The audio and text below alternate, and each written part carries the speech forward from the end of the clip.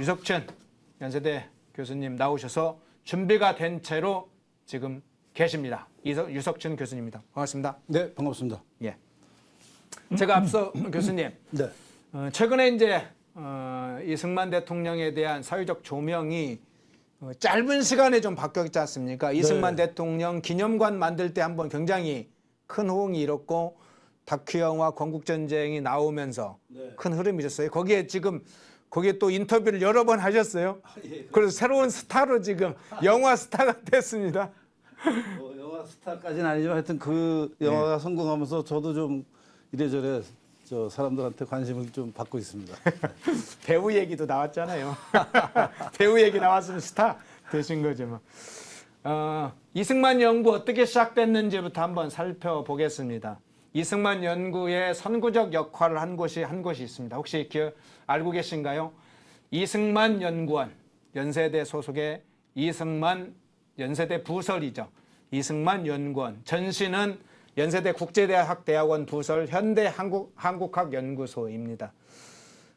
이승만 대통령 관련 연구 자체가 굉장히 어려웠던 시절에 이 일들이 있었습니다. 그 숨은 이야기를 좀 먼저 들어볼까 합니다. 이승만 연구소가 좀 어떻게 만들어졌고 우리 교수님이 이승만 대통령에 대한 연구를 어떻게 시작하게 됐나요? 그러니까 이승만 대통령이 이제 4.19 이후에 예. 완전히 말하자면 파묻혀 버렸잖아요. 예. 파묻혀서 그냥 가만히 묻어두기만 해도 다행인데 이제 왜곡과 그 비방으로 부관 참시란 거죠. 부관 참시를 했는데 예. 근데 어떻게 연세대학교에서 이승만 연구원을 이제 만들게 됐는데 그 과정이 우선 4.19 이후에 이제 이승만 대통령의 양아들로 그 문중에서 입적을 한 이인수 박사님 최근에 돌아가셨죠.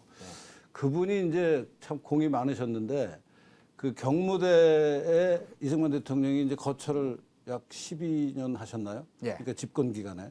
그리고선 이제 4.19 때 이화장으로 이사를 오셨죠. 원래 이화장에 살다가 경무대 들어가신 그렇죠. 거예요.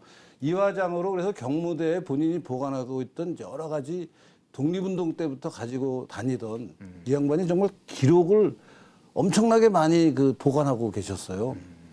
그거를 그 독립운동이 사실 여기저기 돌아다니면서 하셨잖아요. 물론 하와이에 좀 장기적인 체류를 하긴 했지만 뭐 상해에도 갔고 워싱턴에도 갔고 했는데 그 옛날부터 본인이 뭐 연설문 같은 거 본인이 뭐 여기저기 가서 언론에 보도된 거 이걸 본인이 다 스크랩을 하고 보관하고 계신 거를 이제 대통령이 되고 나서는 경무대로 다 끌고 온 거예요.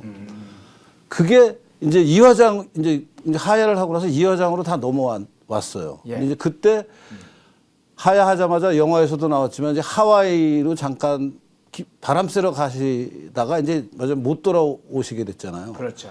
이제 그 사이에 이인수 박사를 저 양아들로 문중에서 입적을 해서 이승만 대통령이 이제 오케이를 해가지고 하와이에 가서 잠깐 만나시고 와서 이인수 박사님이 이제 자기가 할 일 중에 하나가 이 이승만 대통령이 남긴 여러 가지 문헌들을 내가 좀 보관하겠다 그러면서 이제 찾아다니셨어요. 그러니까 장면 정부, 윤보선 정부에서 이제 자기네들이 정권을 잡고 보니까 필요한 여러 가지 저 앞정부의 서류들이 있을 거 아니에요. 그것을 이화장에 와서 그냥 막 가져가고 그랬어요, 처음에는요. 그랬군요. 근데 그거는 뭐 그분들이 특별히 나쁜 의도였다기보다는 이제 당연히 어떤 정치를 하고 통치를 하려면은 앞에서는 뭘 했나를 확인해야 될 필요가 있는데 나라 전체에 그런 시스템 자체가 아예 없는 상태였을 거 아니에요. 그러니까 이제 그러면 야 이거 옛날에 어떻게 했는데 그러니까 지금으로 하면 대통령 기록물 관리법 이렇게 해서 그렇죠. 대통령 그렇습니다. 기록관에서 관리하는데 그때는 그것도 없는 상황이었으니까. 대통령 기록물이라는 것도 지금 사실은 최근에 만들어졌잖아요. 그렇죠. 박정희 대통령 때도 아예 없었던 거거든요. 하여튼 그런 상태에서 이제 경무대에서는 그 당시에 장면 정부에서 야 이거 이승만 대통령 때는 뭘 어떻게 했길래 지금 어떻게 이걸 대책을 세워야 되는 거냐 하는 문제들이 많았을 거 아니에요. 그럼 그때마다 이화장에 가서 가져가는 거예요. 그냥 가져가면 또 가져가는 걸 막을 방법도 없고 그걸 이인수 박사가 겪으면서 야 이건 이래서는 안 되겠다. 이거 우리 아버지가 이제 양아버님이죠. 이제 본인 당연히 아버지가 그동안 무슨 일을 하신지를 나라도 좀 이거 챙겨놔야 되겠다라는 생각에 이제 이화장에 있는 것뿐 아니라 진해인가요? 어디에 그 국립문서를 보관하는 데가 있긴 있었어요. 뭐 관리가 허술했지만 거길 찾아가서 또 이승만 대통령 때 거를 본인이 갖고 나왔어요. 근데 사실 그것도 웃기는 게 본인이 갖고 나온다고 내가 아들이니까 달라 그러면 문서를 주는 것도 웃기는 거죠. 나라에서 제대로 관리를 해야 되는 건데 그런 시스템이 없을 테니까. 그래가지고 이걸 이화장에서 뭐 여기저기 뭐 이제 그 보관을 하다가 또 이사도 좀 6.25 때는 이사를 그렇죠. 피난을 갔잖아요. 예. 그러니까 이거 뭐 하여튼 6.25 때는 그 집권 기간인가 어떻게 집권 기간. 예, 집권 근데 기간이죠. 집권 기간에도 예. 이승만 대통령 문서를 끌고 다녔을 거예요. 왜냐하면 중요한 문서들이 많으니까 6.25 때도. 하여튼 그런 우여곡절 끝에 이제 이화장에 이걸 모아놓고 이분이 이제 이걸 갖고 내가 뭘 어떻게 해야 되냐는 걸 계속 고민을 하시다가 그 당시에 이제 한림대학에서 역사학과 교수를 하시는 유영익 교수라는 유영익 분이- 교수님이요. 잘 그때 아시죠? 한림대에 계시죠. 네, 예, 한림대 잘 알고 있습니다. 예. 그 유영익 교수가 이제 이승만 연구의 최선구자이십니다. 그러시죠. 그러니까 4.19 이후에 아무도 안 건드리던 이승만을 이분이 이제 나중에 본격적으로 연구를 처음 시작하신 분인데 이분한테 이걸 보여줬어요. 그러니까 이분이 이제 이승만 연구를 하게 된 배경이 이거예요. 이인수 박사님이 유영익 교수를 이화장으로 모셔서 내가 지금 이승만 대통령에 관한 기록을 이렇게 갖고 있는데 이걸 좀 어떻게 해야 될지 난 모르겠다. 그러니까 유영익 교수가 이제 이게 어떤 문서인가 이제 살폈겠죠. 그랬더니 엄청난 문서들인 게 이제 알게 되고 그래서 이걸 어떻게 해야 되느냐. 이걸 미국 같이 무슨 대학에 대통령 연구소를 하나 만들어서 이걸 좀 제대로 연구하면 좋겠다 하는 구상을 유영익 교수가 처음 하셨어요. 그래갖고 이걸 어느 대학에 설치할 것이냐. 이승만 대통령하고 좀 관련이 있는 교육기관이 몇 군데 있잖아요. 몇 군데 알아봤는데 마침 그때 연세대학에 송자 총장이 계실 때인데 송자 총장이 야 이승만 대통령하고 연세대학은 각별한 인연이 있다. 이게 기독교 정신으로 연결이 되는 거다. 실제로 이승만 대통령이 박사학위 받자마자 언더우드 그때 연세대학을 진분 아니에요. 연희대학을 이승만 대통령을 교수로 초빙을 했었어요. 근데 이승만 대통령이 이제 그래서 갈 수도 있었는데 이제 본인이 딴 거 하느라고 안 가셨죠. 뭐 그런 인연도 있고 한 것을 알기 때문에 이제 기독교 정신으로 이승만 대통령과 이 연세대학은 서로 연결이 되니까 당연히 연세대학에 이걸 만들자라고 송가 총장이 이제 추진을 해서 자료가 왔습니다. 그러니까 이인수 박사님이 갖고 있던 이화장의 자료. 그다음에 이제 이 연구를 하려면 돈이 들어가니까 연구비를 좀 마련을 하자. 그래서 여기저기 알아보다가 마침 이건희 그 삼성 쪽에서 이건희 회장이 50억을 내놨습니다. 아, 그렇군요. 네. 이건희 회장이 낸 건 몰랐었는데. 야, 이게 이제 자금이 거기서 나왔군요. 중앙일보의 홍석현 회장을 통해서 네. 이건희 회장이 50억을 이제 그럼 이거 내겠다. 그거 하고 그다음에 이제 마지막으로 중요한 게 그 지금 이승만 연구원이 있는 데가 부암동입니다. 연세대학 신촌 캠퍼스가 아니고 네. 서울의 한복판에 이 부암동이라고 아시잖아요. 저 네. 세검정. 네. 거기에 그 굉장히 좋은 50년대 최고 잘 나가는 집 저택을 한 2,000평, 3,000평 되는 저택이 있습니다. 그 저택을 이제 이 최성호 교사라는 분이 이승만 대통령을 존경해서 이승만 연구에 쓰라고 연세대에게 이걸 기증을 합니다. 그래서 공간, 부암동 공간, 이승만 연구원의 공간, 자료, 이화장에 있던 자료, 또 기금, 돈, 이 세 개가 결합이 되면서 연세대학에서 이제 이승만 연구를 하자라고 세팅이 딱 되는데 이걸 이제 이승만 연구를 하자고 하니까 그러면 당연히 이름은 이승만 연구원 같은 이름을 붙여야 되는데 예. 이승만 연구를 내놓고 막 하려니까 세상에 이제 저 손가락질이 그렇죠. 있을 비난이나 공격이 굉장히 많이 예상되죠. 예상됐죠. 그래서 네. 이제 조금 뭐 비겁한 모습이었을지도 모르지만 우회하는 방법으로 현대 한국학 연구소라는 이름을 차리고 그 이름으로 연구소를 차리고 그 연구소의 책임자를 유영익 교수를 모셔다가 이제 본격적인 이승만 연구를 시작한 것은 현대 한국학 연구소라는 누구도 이승만 연구라는 것을 눈치챌 수 없는 이름 하에 이승만 연구를 시작하신 게 유영익 교수고 그 연구소가 출범한 게 제가 기억하기에 1997년입니다. 그러니까 굉장히 오래전이죠. 지금부터 치면은 거의 30년 전쯤 되는 거죠. 네네네. 한 세대가. 이제 그렇게 해서 연세대학에서 이승만 연구가 시작이 됐는데 숨어서 했습니다. 네. 근데 이제 그 제목도 숨어서 했던 이승만 연구예요. 예. 이게 그때는 정말 소수의 이승만에 관심 있는 그 학자들이 뭐 각 분야에 역사학은 물론이고 뭐 정치학, 경제학, 군사학 이런 분들이 이제 모여서 1년에 몇 번씩 세미나를 하면서 이제 중요한 책들을 많이 내셨습니다. 이제 일반에 잘 알려져 있지 않지만. 그런데 이제 세월이 가면서 연세대학에 김대중 도서관이 들어왔어요. 예. 그리고 이제 제가 그때는 이제 쫄병 교수에서 좀 이제 중견 교수로 넘어가서 이제 좀 그 언론에 좀 많이 알려지면서 이런저런 신문에다 칼럼을 썼더니 당시 총장인 김한중 총장이 저보고 그 연구소가 있는데 그 당신이 맡아야 되겠는데 그렇게 얘기를 하더라고요. 이승만 연구에 뭐 특별히 지금 연세대학에 전문성 있는 분이 없고 이제 그래도 뭐 현대사 문제를 가지고 당신이 좀 그 이런저런 그 발언을 하고 있으니까 그걸 맡아서 좀 잘 연구를 계속해라라는 제안을 해서 제가 그때 좋습니다라고 하면서 조건 하나 붙였어요. 이 연구소를 지금까지는 숨어서 이렇게 이상한 이름으로 했는데 이제 이승만 연구원이라고 이름을 붙여주십시오. 아니 이게 이렇게 숨어서 할 일이 아닌 것 같습니다.라고 그랬더니 잠시 고민하시다가 총장이 결단을 내렸어요. 그렇게 하자. 그래서 이제 이승만 연구원이랑 간판을 제가 원장이 되면서 제가 초대 원장이 됐습니다. 현대한국연구소 소장은 유영익 교수였는데 그것을 계승한 연구원 이름이 이승만 연구원으로 바뀌면서 이제 제가 초대 원장이 되고. 예. 뿌리는 현대한국학연구소였군요. 그렇습니다. 예. 네. 하이퍼 보라님이 유영익 교수는 작년에 영면하셨어요. 그런데 네. 유영익 교수님 작년에 돌아가셨죠. 참 굉장히 존경받는 연구자이시죠. 선구자이셨죠. 명진강님도 유영 교수님, 이건 회장님, 부암동 저택 기증하신 분, 숨어서 연구하신 학자들, 그들이 정말 우리나라를 구하는 영웅입니다. 예, 착각한 지적이십니다. 정말 정확한 이야기를 해주셨네요. 자, 사진 한번 이미지 한번 쭉 보면서 한번 이승만 연구원 한번 다시 살펴보겠습니다. 우리 PD님, 저 이승만 연구 간판부터 해서 쭉 하나씩 보여주시면 간단한 간판 이렇게 저 간판. 네, 저 동판인데요. 네. 저것도 처음에 뭐 디자인을 여러 가지로 하다가 저걸로 낙색이 됐고 네. 이제 영어 이름도 저렇게 확정이 되는 데까지 뭐 여러 가지 좀 곡절이 많았는데 하여튼 영어 이름도 저렇게 붙였습니다. 그렇군요. 또 다른 한번 사진 좀 두 번째 사진.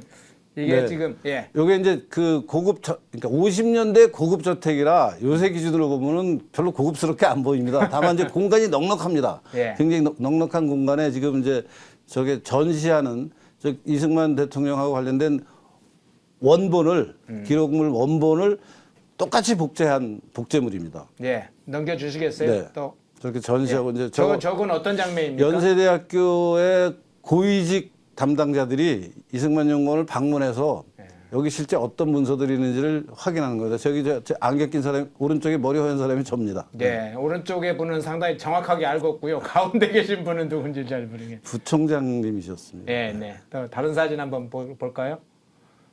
예.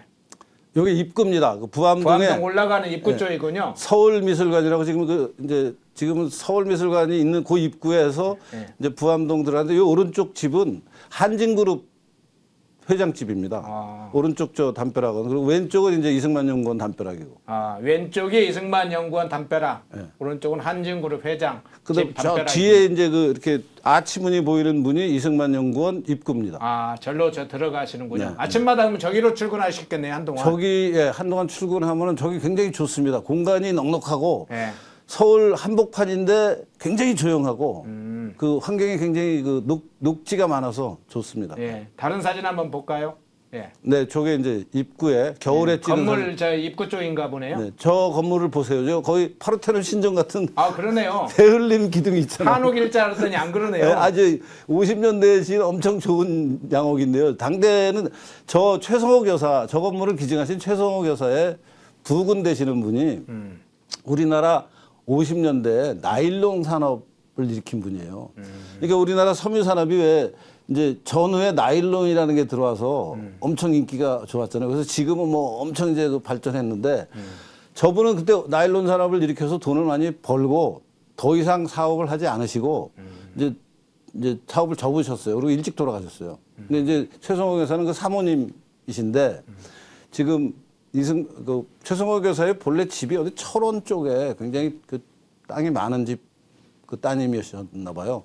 근데 이제 그 집안이 전체적으로 이승만 대통령을 존경하는 하고 그 해방 공간에서 굉장히 이승만 대통령을 열렬히 지지하던 그 집안이었나 봐요. 그래서 이제 이 최성호 교사 말씀을 들으니까 어려서부터 자기는 이승만 대통령을 굉장히 훌륭한 사람으로 존경하고 따랐는데 이렇게 이제 연구원이 생긴다 그래서 내가 가진 이 집을 이승만 연구에 쓰라고 기증하겠다라고 말씀을 하셔서 뭐 연세대학은 너무 고맙고 해서 그 저렇게 이제 활용을 하고 있죠. 그렇군요. 네. 또 사진이 있습니까 혹시?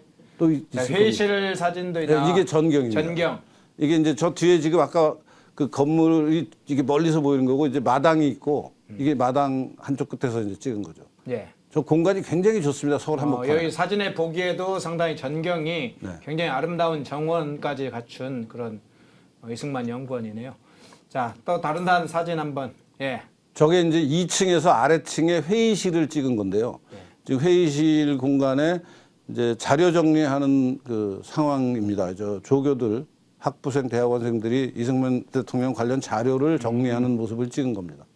오픈 테이블로 돼 있네요. 자료 조사하는데 좋은데 네. 앉아서 회의도 하면서 기본적으로 자료 조사를 연구원들이 하는 그런 곳이군요. 저 옆에 보면 이제 수장고라고 해서 그 항원 항습 기능이 있는 그 문서 보관하는 데가 있어요. 그래서 거기는 이제 이게 엄청난 금고같이 돼 있는데 거기서 문서를 꺼내서 필요한 자료 정리를 하고 들어놓고 이제 그렇게 합니다. 예. 사진이 예. 그 사진은 지금부터 이제 다른 주제를 하면서 좀 다뤄보겠습니다. 그 사진 띄워놔 주시죠. 방금 본 사진 한번 띄워놔 주시면 예.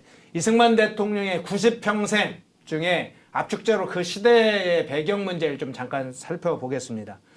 이승만 대통령께서 1875년에 태어나셨죠. 우선 그 시대에 사실은 시대적 배경을 이해할 필요가 있습니다. 그 이승만 대통령이 태어났던 그 시절에는 구한말이라고 보통 부르는 그 시대, 당시의 조선의 상황은 어땠는지, 주변국에 있는 중국, 일본, 러시아 상황, 뭐 설명하려면 굉장히 많은 것들을 설명해야 되지만 좀 압축적으로 그 시대를 좀 몇 가지 키워드를 설명해 주시겠어요? 뭐 다들 아시겠지만 이승만 대통령이 태어난 해가 1875년인데 고종이 당시에 우리나라의 조선 왕조의 이제 왕이었죠. 예. 고종 그때가 정확히 몇 년이냐? 고종 12년. 12년인가 될 겁니다. 예. 고종 12년인데 이승만 대통령이 그때 태어나서 나중에 대한민국 박정희 대통령 집권기에 돌아가셨어요. 그러니까 고종이 집권하다가 이제 뭐 그 이후에 뭐 철종이나 뭐 몇 사람이 있다가 일본 식민지가 됐다가 네. 6.25 이제 해방이 돼서 대한민국이라는 나라를 건설하고 6.25 전쟁을 거치고 본인이 4.19로 하야하고 이 박정희 대통령이 집권하고 나서 5년인가요? 4년인가? 그때 이제 돌아가신 거예요. 그러니까 이 90평생에 대한민국은 정말 엄청난 변화를 겪었죠. 예. 뭐 정치 체제가 왕조에서부터 이제 공화제로 바뀌었고 또 뭐 전쟁을 중간에 겪었고 식민지도 겪었고 뭐 어마무시한 이제 격변을 겪었는데 옆에 나라를 보면은 중국은 그때가 청나라 말기 광서제입니다. 청나라 말기 이승만 대통령이 태어난 해가 청나라 말기인데 지금 중국을 보면은 그 사이에 중국도 많은 변화를 그러니까 지금의 중국까지 비교하면 말할 것도 없고 이승만 대통령이 돌아간 65년까지 비교하면은 청나라가 이제 서양 열강에 온갖 그 땅을 다 뺏기면서 뜯어먹히고 있다가 이제 뭐 저 장개석과 모택동에 그 국공 내전이 있다가 이제 본토는 장개석이 모택동이 집권을 하고 장개석은 대만으로 밀려갔죠. 그래갖고 1965년에 아마도 저 금문도에서 엄청난 무력 충돌이 있었던 해입니다. 그렇죠. 그때 대만이 이겼죠. 이겼죠. 사실상. 대만이 예. 이겼습니다. 예. 근데 이제 그때까지 중국의 변화를 보면 중국은 청나라라는 중세의 뭐 대단한 나라인 줄 알았던 나라였는데 알고 보니까 서양 열강에 서양 열강에 비하면 그 서양 물건이 근대적인 무기 체계, 뭐 경제 기반 이런 게 보면 중국은 굉장히 허약한 국가였다. 이런 게 이제 이 19세기 말에 일어난 그 시기였던 상황이었던 거죠. 네. 네. 그래서 그 사이에 근데 중국이 이제 좀 제가 강조하고 싶은 것은 청나라는 이제 그래서 거의 식민지나 마찬가지 상태로 떨어진 다음에 이제 새로운 나라인 중공, 네. 이제 모택동에 집권한 중국이 들어왔는데 그 중국이 그때 어떤 나라냐면 우리가 보통 주계장막이라고 하는데 그 사회주의식 경제를 추구하다가 그래서 대약진 운동이라는 걸 합니다. 뭐 우리 북한으로 치면 철매 운동 같은 거 있잖아요. 막 모든 사람을 열심히 일하게 그러니까 그 이념적으로 교육해서 막 일하게 하는. 근데 그게 이렇게 인센티브가 없으니까 성공하지 못해서 많은 사람들이 굶어 죽습니다. 많은 사람들이 굶어 죽고 모택동이 이제 권력을 내놓고 이제 새로운 사람들이 집권한 걸 보더니 또 모택동이 문화대혁명을 하잖아요. 예. 그리고 문화대혁명을 해서 또 많은 사람들을, 이건 공산주의 반동이에요. 문화대혁명이라는 건 말하자면 이제 대약진 운동이 실패한 것을 보고 어떻게 고쳐보려고 막 자기들끼리 의논하는 중에 야, 이거 그냥 옛날식대로 계속 가자 하는 게 이 공산주의적 반동 추진을 해서 문화대혁명을 또 해가지고 사람들이 엄청나게 죽었습니다. 숙청당하고. 그 홍위병이라는 게 바로 그때 등장하는 거고. 그러니까 그런 과정에 한복판에 있던 게 이승만 대통령이 돌아갈 때의 중국이에요. 지금 중국은 그 이후에 개혁 개방을 해서 굉장히 뭐 세계 강국으로 지금 떠올랐지만 중국은 그야말로 그때까지 청나라 때나 모택동의 중국은 엉망진창인 나라였습니다. 이승만 대통령 평생 동안. 네. 거기에 반해서 일본은 명치유신을 하고 나서 후쿠자와 유키치가 뭐 엄청난 그 일본의 그 근대화를 위해서 정신적인 개혁을 많이 했잖아요. 그런 사람들의 노력으로 일본은 문명 국가로 이제 해서 뭐 세계 대전을 일으키고 뭐 이제 전쟁에서 지고 우리나라를 이제 독립시키는데 뭐 동의할 수밖에 없었고 여러 가지 상황이 있었는데 그러고 나서 65년이 되면 이승만 대통령이 돌아간 65년이 되면 동경에서 올림픽을 개최합니다. 1964년에 동경 올림픽이 개최하면서 말하자면 비서구 국가에서도 이렇게 훌륭한 올림픽을 개최할 수 있는 아시아 국가가 있다. 일본이 말하자면 과거의 명치유신에서부터 전쟁에서 패하고 망가졌다가 다시 살아나는 것을 상징하는 사건이 64년에 동경올림픽인데 그게 이승만 대통령이 돌아가시기 1년 전이에요. 그러니까 일본은 과거에 강한 나라였다가 다시 강한 나라로 컴백하는 과정에 있고 중국은 강한 나라로 알려져 있는데 알고 보니까 헛껍데기인데 계속해서 헛껍데기인 모택동 시절이었고 대한민국은 고종이 지배하던 조선 후기의 엉망진창인 나라에서 식민지랑 온갖 걸 거쳐서 박정희 대통령이 앞으로 비약적인 발전을 계획하고 있는 65년입니다. 그러니까 새 나라 운명이 정말 엇갈리죠. 이 100년 동안, 네. 90년 동안. 이승만 대통령의 탄생 시점 1875년을 새 국가를 중심으로 얘기를 했습니다. 조선의 어떤 운명, 고종의 군주제와 황제에 몰두해 있던 고종의 그 시기의 통치 시기, 중국의 망해가는 청말의 중국, 메이지 유신을 통해서 새롭게 근대 국가로 태어나는 일본, 이 세 국가가 이렇게 대별되는 상황이 바로 이승만 대통령의 탄생하는 그 시기였다. 이런 대비를 했고요. 그러면 거꾸로 한번 90년 후에 이승만 대통령이 1965년에 하와이에서 별세 하셨는데 쓸쓸하게 돌아가셨죠. 그 90년 후에 어떤 주변국들도 한번 살펴볼까요? 1965년에 대한민국과 주변 상황은 또 어땠습니까? 그러니까 아까 말씀드렸다시피 중국은 문화대혁명으로 해서 계속되는 국가의 어떤 망조의 상황이 있었고 계속되는 그 사회주의 실패가 연속되면서 중국은 그냥 변방국가였어요. 여전히. 그러니까 청나라도 변방국가. 태어나셨을 때 이승만 대통령이 태어나셨을 때 청나라도 변방국가의 서양 결강에 뜯어먹히는 상황이었고 이제 뜯어먹히는 상황까지 되면 중국이 뭐 사회주의 혁명을 했다는데 실제 나라 안에서는 몇 천만 명이 굶어 죽고 있었어요. 대약진 운동 문화혁명하면서 일본은 태어났을 때 명치유신으로 막 전 세계를 향해서 뻗어나가다가 중간에 뭐 곡절이 있지만 65년 돌아가실 때 보면 다시 세계를 향해서 비상하는 어떤 모멘텀이 오고 있었어요. 그게 64년 동경올림픽이고 그 65년에 돌아가셨으니까. 그러니까 일본은 일본대로 100년 사이에 과거에 잘 나가다가 다시 잘 나가는 나라로의 모습으로 이제 돌아가고 있었고 중국은 중국대로 과거에 잘 못 나가는 나라가 여전히 잘 못 나가는 나라였고 65년. 중국과 일본의 운명은 그러면 이제 90년 전이나 그거나 오히려 일본은 계속 비상을 하고 중국은 계속 망조고 그러면 대한민국 운명이 어떻게 바뀌었는지. 대한민국은 수직 상승하고 있는 거죠. 그러니까 전체적인 중간에 뭐 대급 곡절은 있지만 대한민국은 아래서부터 쭉 올라가는 과정에 있는 거죠. 극적으로 그럼 변한 건 사실은 대한민국이네요. 그렇습니다. 예. 박정희 대통령이 65년 이후에 그게 한일 국교 정상화했잖아요. 예. 그걸 하면서부터 이제 우리나라 비약적인 경제 발전이 이 스타트업을 하는 거 아니에요. 지금 우리가 자랑하고 있는 대한민국의 세계 경제의 10위권 국가가 되는 게 그때부터 시작이 되는 거니까. 네. 예, 하이퍼보라님 말씀 이 얘기를 해주셨네요. 65년에 한일 기본조약이 있었어요. 이렇게 얘기해 주셨고요. 예, 핵폭탄님은 오늘날 대한민국 발전은 월남 참전 군인들 피와 땀으로 이루어진 그렇죠. 맞는 말씀입니다. 그때 월남탄전도 결정했습니다. 65년. 그러네요. 예.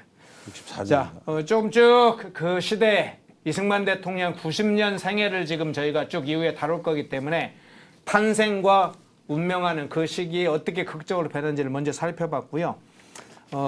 이 문제 한번 좀 이야기를 해주셨으면 좋겠습니다. 이승만 대통령의 그럼 생애 이걸 좀 어느 이제 단계를 좀 이렇게 구분을 해야 되잖아요.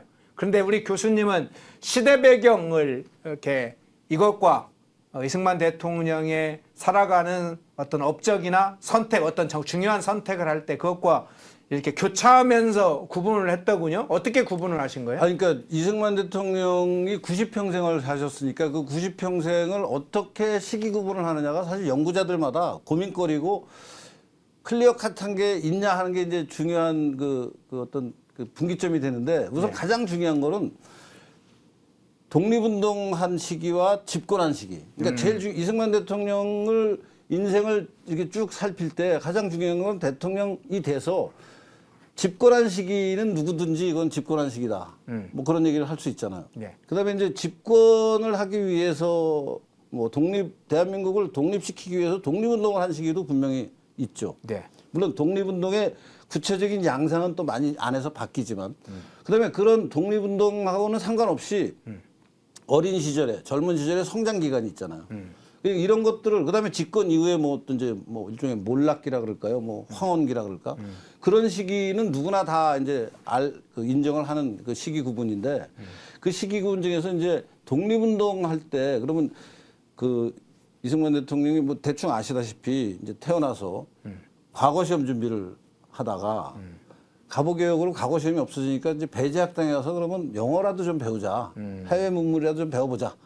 하고 배제학당에 다니면서 선교사들을 만나고 그 선교사들하고 만나서 여러 가지 이제 각성을 하게 되지만 가장 중요한 게 이제 이 민주공화제라는 민주주의라는 서양식 이 시장 경제라는 이런 게 있는 게 굉장히 중요하구나라는 걸 깨닫고 그다음에 이제 그래서 우리나라를 입헌군주제 국가로 이왕 왕이 있으니까 그러면 이 왕을 영국같이 입헌군주제 국가로 바꾸자라는 주장을 하다가 감옥에 가잖아요. 그렇죠. 정치범이 돼서. 예. 그 정치범이 돼서 감옥에 가서 기독교로 개종을 하잖아요.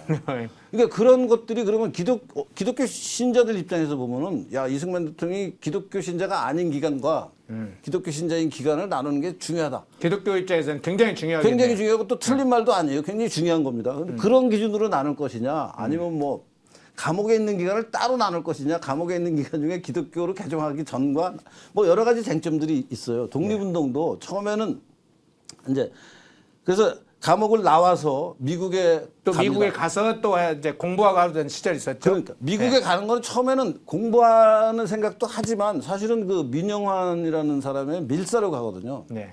그 밀사로 가서 뭐 미국 대통령도 만나고 하면서 이제 밀사 역할이 실패한 것을 알고 나 그럼 공부하겠다고 공부한 기간이 있잖아요. 공부한 기간 끝나고 나면 한국에 잠시 와서 YMCA를 합니다. 그런데 YMCA를 하다가 저 백오인 사건이라는 사건에 연루가 돼서 본인이 이제 피신을 하는 게 좋겠다. 아니면 일제 경찰에 잡힐 것 같으니까. 그래서 이제 미국에 가서 한 1년을 떠돕니다. 여기저기. 그러다가 하와이로 갑니다. 하와이에 가서 독립운동을 하면서 박용만하고 이제 처음에는 협력하다가 나중에 엄청 갈등하죠. 그렇죠. 그러다가 이제 그 명성 덕분에 3.1운동 이후에는 상해 임시정부 대통령이 되고 그 상해 임시정부 대통령을 하면서 실제 하는 건 6개월밖에 안 됩니다. 기간이. 네. 상해 임시정부 대통령을 막 엄청나게 오래 한 걸로 생각하기 쉬운데 실제 시기를 따지면은 대통령으로 결정된 것은 오래전이지만 대통령으로 결정되고 나서 한 1년 후에 상해로 실제 갑니다. 가서 6개월을 일을 해보고 여기서는 도저히 내가 일을 못하겠다. 나 그만두겠다 그러고 나와버려요. 아 거기 가봤더니 뭐 돈은 돈대로 지지리도 없고 뭐 온갖 갈등이 뭐 노선으로 뭐 공산주의로 가자 뭐 이 시장 경제로 가자라는 노선, 뭐 거기 또 뭐 옛날 요새로 치면 영남 갈등 같은 옛날 기준의 그 지역 갈등이 엄청나게 많았습니다.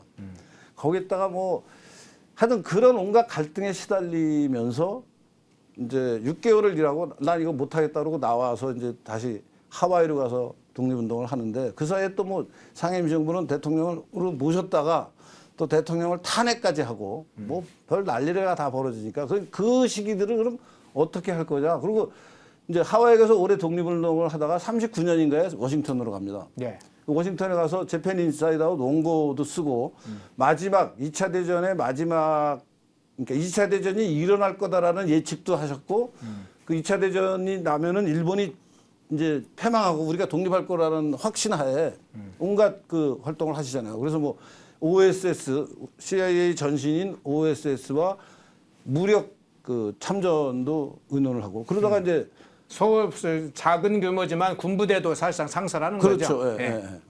그다음에 이제 그걸 하시다가 이제 해방이 드디어 일본이 항복선언을 하니까 해방이 됐고 한국에 돌아왔는데 미군정 기간이에요. 그 미군정 기간에 또 뭐 온갖 일들이 많잖아요. 뭐 미군정이 좌우 합작을 하라고 난리를 치는 걸 이승만 대통령이 죽어두고 안 된다고 이제 그 갈등.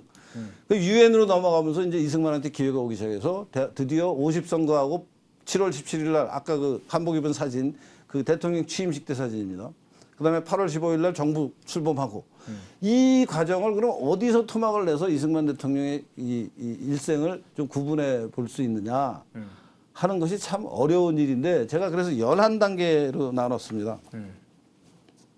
나눈 거를 좀 설명을 드릴까요? 그 부분은 나중에 한번 이게 너무 지루합니다. 네네네. 오늘은 개략적으로 쭉 설명을 했으니까 네.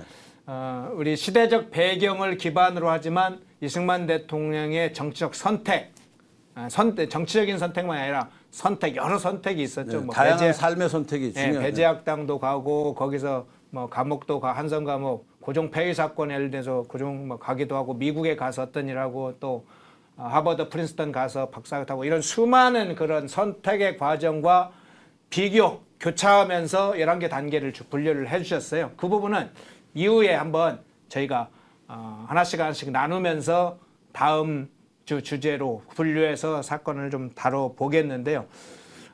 마지막으로 넘어가기 전에 이건 하나 좀 미리 좀 궁금해서 질문을 좀 드리겠습니다. 다음 주부터 뭐 본격적으로 하더라도 박정희 대통령에 대한 연구도 교수님을 하셨잖아요. 네. 예, 박정희 대통령 연구도 하고 이승만 대통령 연구도 했는데 이승만 대통령이 하와이에서 돌아오지 못한 것은 박정희 정부가 견제해서 즉 막아서 못 돌아왔다 이런 일반의 세간의 평이 네. 좀 있지 않습니까? 이 부분에 관해서는 그 시대의 어떤 시대적 상황이랄까요? 뭐 이런 걸 고려해서 어떻게 지금 평가하고 계신가요? 그러니까 이승만 대통령과 박정희 대통령의 관계가 이제 한국 현대사를 설명하고 네. 해석하는데 굉장히 중요한 대목이라고 생각합니다. 왜냐하면 지금 흔히 말하는 보수 우파 자유 진영에서는 이 두 분이 대한민국의 영웅이라고 그렇죠. 평가를 하잖아요. 그러면 예. 이 두 분이 어떤 일을 하고 서로 어떤 그 협력, 갈등, 긴장이 있었냐 하는 문제를 사실 정돈을 좀 해야 됩니다. 이승만 대통령이 한 것과 박정희 대통령이 한 것을 보면은 연관이 돼 있지만 또 다른 부분도 많이 있고 개인적으로 보면은 이승만 대통령은 박정희 대통령을 크게 의식하지 않았습니다.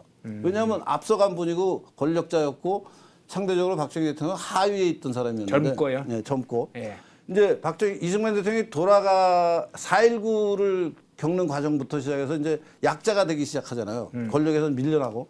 그때 박정희라는 분이 이제 올라오면서 대한민국이 쭉 연결이 되면서 발전하게 되는데 그 관계에서 박정희 대통령은 이승만 대통령을 어떻게 생각했는지 예컨대 뭐 50년대 전쟁이 끝나고 나서 50년대 후반에 박정희 대통령이 뭐 군 관계 여러 경력 중에 부산의 군수기지 사령관을 좀 하십니다. 한 적이 있죠. 네. 예.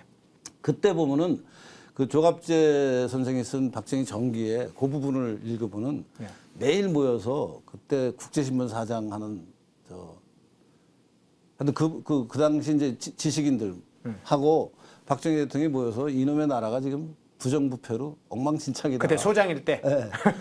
그러니까 말하자면 우국지정으로 매일 이거 무슨 쿠데타라도 해야 되는 거 아니냐 하는 얘기를 해요, 실제. 예. 그러니까 그게 또 있었던 사실인데 그럼 그런 얘기를 하는 박정희와 이 구조적으로 연결되어 있는 이승만과 박정희 관계를 어떻게 해석할 것이냐 하는 게 굉장히 중요한 한국 보수 우파 자유진영에서 해결해야 될, 정리해야 될 중요한 포인트라고 저는 생각을 하고 네. 그 문제를 지난번 영화에서는 이승만이 깔아놓은 레일 위에 박정희의 기관차가 달렸다. 아, 그게 바로 그 얘기거든요. 네, 네, 네. 그게 굉장히 생각 많이 하고 한 얘기입니다. 그러네요. 쉬운 얘기가 아니고 네. 이게 근데 틀린 말이 아니죠. 정확한 말이거든요. 그러니까 자유시장 경제 체제, 자유민주주의 체제를 이승만 대통령이 깔았고 그 레일 위에 박정희라는 기관차가 달려가지고 대한민국을 발전시켰거든요. 그래서 그 부분을 이제 그렇게 좀 상징적으로 문학적으로 표현한 것은 됐는데 이걸 사회과학적으로 분석하고 정리하는 작업이 꼭 필요한 작업이고 제가 앞으로 해야 될 일 중에 하나가 그 일이라고 생각하고 있습니다. 그렇군요. 대한민국 발전의 연속성으로 보면 지금 말씀하신 것처럼 이승만 대통령이 레일을 깔고 박정희 대통령이 기관차로 달렸다. 이게 연속성 차원에서 어떻게 이어지는가가 딱 그 한마디로 들어오네요. 다만 협력과 갈등도 다 있었다. 네, 그 물론. 부분을 이제 연구를 또 하셔야 되겠군요. 근데 예. 이제 대통령이 돌아가실 때 박정희 대통령의 조사가 있습니다. 예, 조사를. 그 예. 조사가 굉장히 인상적입니다. 그거 혹시 방송할 시간이 되나요? 아니면 다음에 할까요? 다음에 한번 다음에 하시죠. 하시죠. 예. 다음 주 대담 주제 간략하게 어떤 걸 좀 했으면 하는 생각을. 다음 주에는 그래서 이제 오늘이 말하자면 이 이승만 시리즈의 이제 시작 첫 이거 대담인 거죠. 예. 제가 우리 허 국장님하고 앞으로 몇 회가 될지는 정확히 예측할 수 없지만 상당한 기간 매주 한 번씩 이승만 대통령의 탄생에서부터 사망까지 이제 쭉 그것을 아주 미주알 고주알 연대기는 아니지만 중요한 덩어리별로 성장기, 배제학단기, 감방생활기 뭐 이런 식으로 쭉. 그럼 다음에는 배제학 단계인가요? 주제가 성장기. 성장기. 예. 성장기. 예. 성장기와 배제학 단기까지 갈 수 있을지 모르겠습니다. 좀 상황을 보면서. 네. 네. 알겠습니다. 다음 주 주제는 성장기를 기본으로 해서 배제학당 입학까지 한번 다룰 수 있는지를 한번 그 주제를 좀 세부적으로 해서 방송을 하도록 하겠습니다. 네. 첫 이승만 대통령의 업적 생애, 전생애를 한번 저희가 살펴보겠습니다.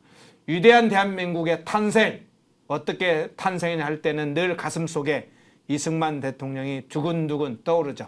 그 업적 생애를 사건과 인물과 시대적 배경을 함께 담아서 살펴보겠습니다. 오늘 숨어서 했던 이승만 연구 그것부터 먼저 다뤄봤습니다. 그래서 그 전에 어떻게 이승만이란 인물이 우리 사회에 다시 재조명되고 있는지 그렇게 먼저 살펴봤습니다. 유석춘 교수님과 1차 대담 진행했습니다. 교수님 고맙습니다. 고맙습니다.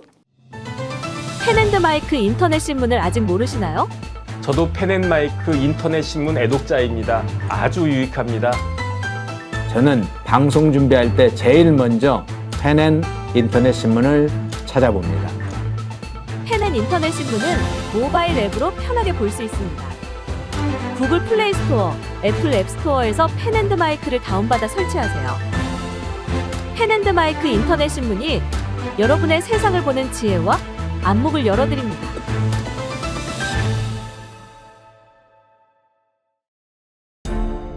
모두가 숨죽이고 침묵하던 시절 펜앤마이크는 앞장서 자유와 민주를 외쳤습니다.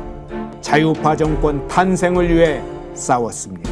2024년에도 펜앤마이크는 쉼없이 달려갑니다. 2024 총선 자유파 승리를 위해 노력하겠습니다. 자유민주주의 체제수호의 선봉이 되겠습니다. 왜곡된 대한민국 역사를 바로 세우겠습니다. 2024년에도 펜앤마이크를 응원해 주십시오.